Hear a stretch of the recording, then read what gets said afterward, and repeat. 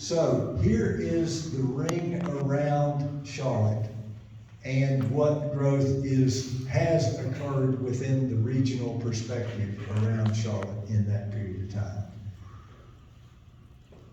If you'll notice here, if you place the center of economic, the most important economic asset for economic development perspectives is the Charlotte Airport.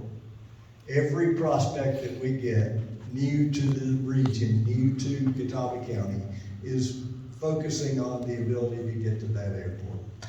So we feel like it's the most important asset in both North and South Carolina. So you put the center of a clock dial on the Charlotte Airport, and you start thinking about growth patterns over the last 30 years.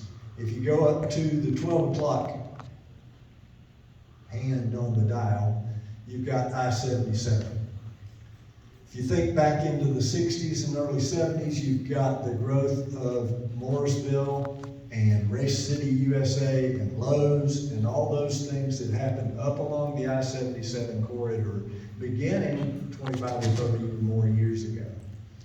Now you start just thinking about the growth in the Charlotte region around that clock dial over the last few years. You've got till 3 o'clock, 2 o'clock, 3 o'clock, you've got Cabarrus County and what's going on in there. You keep moving around to 6 o'clock, you've got Rock Hill and the whole I-77 South corridor. And it really is interesting how it moves around that clock dial in a sequential clockwise fashion around the clock dial. It gets to 9 o'clock.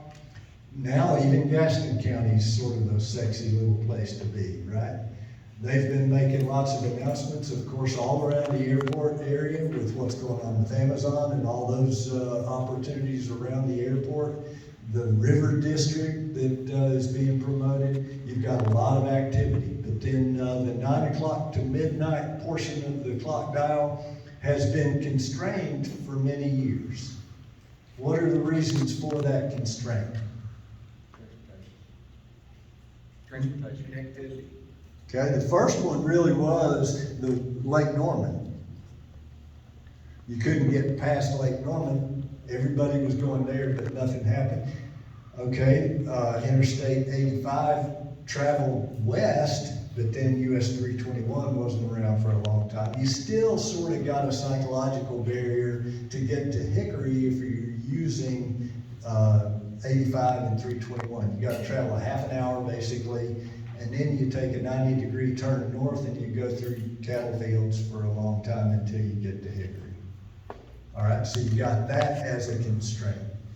You've got Highway 16. John, I was asking you a little while ago, you said that was going to be fall of 22. Right.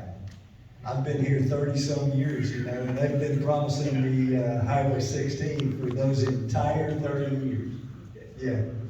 Actually, it is likely that it will happen now, but I still find it a dubious claim. So, it'll happen. But the completion of that 8-mile section between Little Mountain and Newton is going to facilitate traffic coming from Mecklenburg and traffic going to Mecklenburg. So make sure and realize that it's going to provide opportunities for you, but it's also going to cost you some opportunities as well. There's so that entire section of the clock face hasn't been easy to get to and developable, but I think it's your time.